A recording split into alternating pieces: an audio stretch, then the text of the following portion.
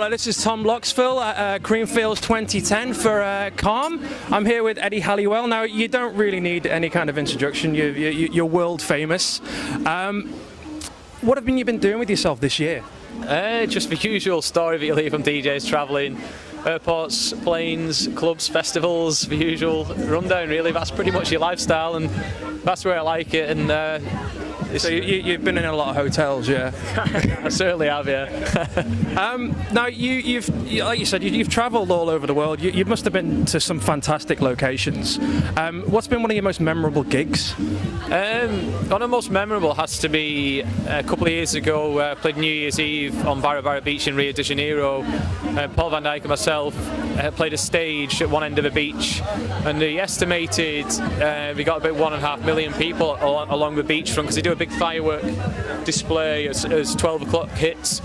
And as I say, you can't really sort of, it's just people as far as you can see, but it only sort of sunk in when I saw an aerial shot of the beach, you know, in the newspaper the following day, because you don't actually realise how many people are there, but it's just everyone crowds down to the beachfront, and they literally just put a stage at the end of the beach, and it's one of the most gobsmacking gigs I've ever done. I don't think I'll ever see anything like that ever again. That's incredible. I mean, the people at the back must have been like, you're a dot to them. Yeah, you can't see the back, and there's that many people.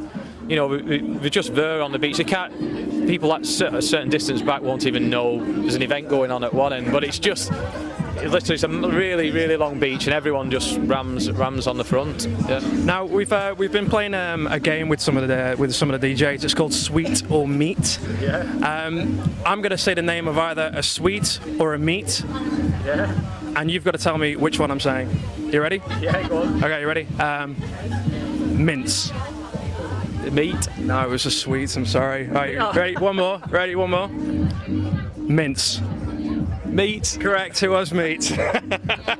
Now, you do have some incredible achievements under your belt. You're a resident from Radio 1. You've got your Fire It Up. That's worldwide, your radio show. Is that in how many different countries? Oh, it's growing every week now. I think the audience is estimated between 8 and 10 million now. It's going out to syndicated. It's all like Australia, all across Europe, South America. It's on Sirius satellite in North America, Canada. Yeah, it's growing all the time, and it just works hand in hand. You know, I gained a lot of experience doing the BBC, and it's allowed me to sort of carry that over into the syndicated stuff I do now. Whereas I could do my radio show on the road. It was when I was doing the BBC stuff. It was just I always had to record that in London, but I much rather do what I'm doing now. So you can record wherever you're at home. You can do it from home, FTP your show. If you're in a hotel room halfway around the world, Australia, you can just FTP it back to the production people who look after the show. It's going great. That's great. Now that your summer's out, kind of it's over. It's raining down. What are your plans for the upcoming winter? Usually chase the sun, to be honest. In the winter, we do go down to, like, in January, go to South America, usually do a month's touring down there, and then carry that around over to Australia, do a few weeks out there, and just gradually just go wherever the sun is. That's where you aim to be. Like a year long of summer. That's fantastic. Speaking of summer, what has been your anthem this summer? It's been quite a few. My favourite track has to be Joris Vaughan, The Secret. It's just, you can play that everywhere. It goes down fantastically. But there's been so many other big tunes. One that's obviously working, playing the Swedes one has just been, it's the biggest Ibiza track this summer. So yeah, I play a different mixture of sounds, trance, techno, house. So there's been plenty of big tunes. But I'd say those are the biggest two, yeah. Now I've got another quick game for you. I'm gonna have to grab this very quickly. You ready? This is called Wicked or Whack. So I'm going to give you a list of different things. This is going to be quick fire. It's just like your initial instinct, whether you think it's wicked or whether you think it's whack. So you ready? Okay.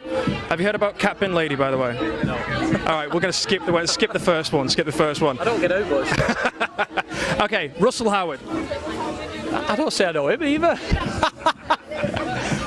Spandau Ballet. I'd say a cheesy wicked. Hats. Whack. Flats. Wicked. Mats. Whack. Skinny jeans. I've wearing a pair, so I'm gonna have to say Wicked. Converse All-Stars. Wicked. Pink Converse All-Stars. Whack. Pink Converse All-Stars worn by a boy. Whack. And lastly, we've got the never-ending question. Now, we previously interviewed Gareth Wynn, and his question for the next DJ. So his question for you was, describe Justin Bieber in one word.